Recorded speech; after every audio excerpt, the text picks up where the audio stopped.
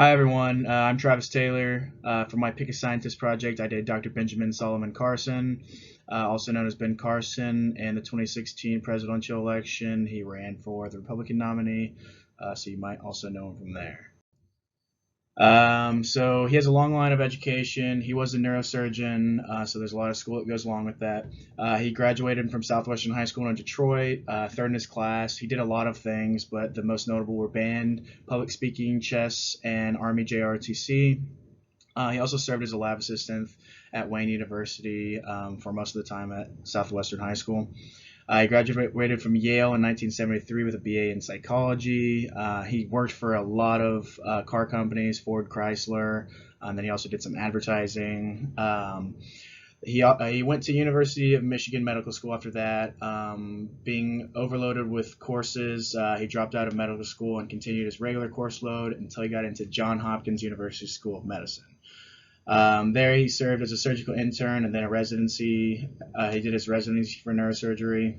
Um, he was appointed there after he came back, or he didn't come back, but he was appointed as the university director of pediatric neurosurgery. He was the youngest person to ever be appointed the head of a division. He had over 70 surgeons in that division, and he served there for 30 years. So, why is Dr. Carson famous? Firstly, Ben Carson is famous through a book entitled Gifted Hands, The Ben Carson Story, which eventually got turned into a movie. The book was written by Greg Lewis and his wife, Deborah, and the movie was directed and produced by Thomas Carter.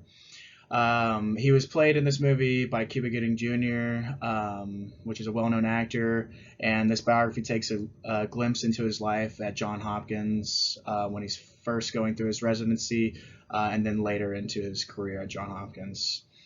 In this biography, it shows Ben Carson turning from his troubled youth to one of the top neurosurgeons in America.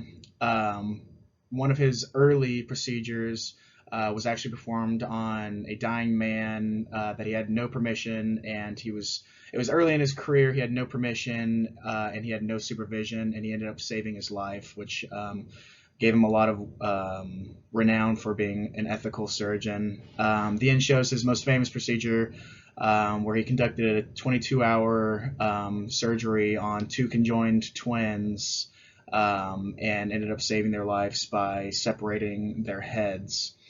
And he is also famously known for refining the procedure for removing part of the brain, a hemisphere of the brain, to control severe pediatric epilepsy.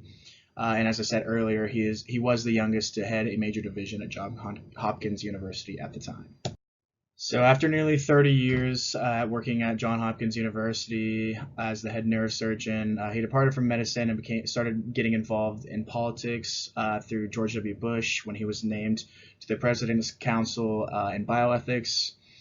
He was registered as a Republican, and in 2016, he declared his candidacy for presidency. After his loss in 2016, he was appointed to President Trump's cabinet as Secretary of Housing and Urban Development, also known as HUD, HUD. During that, he received the Presidential Medal of Freedom, which is the highest honor bestowed upon civilians. And while he was at Johns Hopkins, he was married to Lucina Rusty, but they do have 3 sons and several grandchildren. So why I chose Dr. Carson? I chose Dr. Carson for my Pick a Scientist because when I was young, I watched the movie with Cuba Gooding Jr. and I thought it was a great movie and inspired me to go and read the book.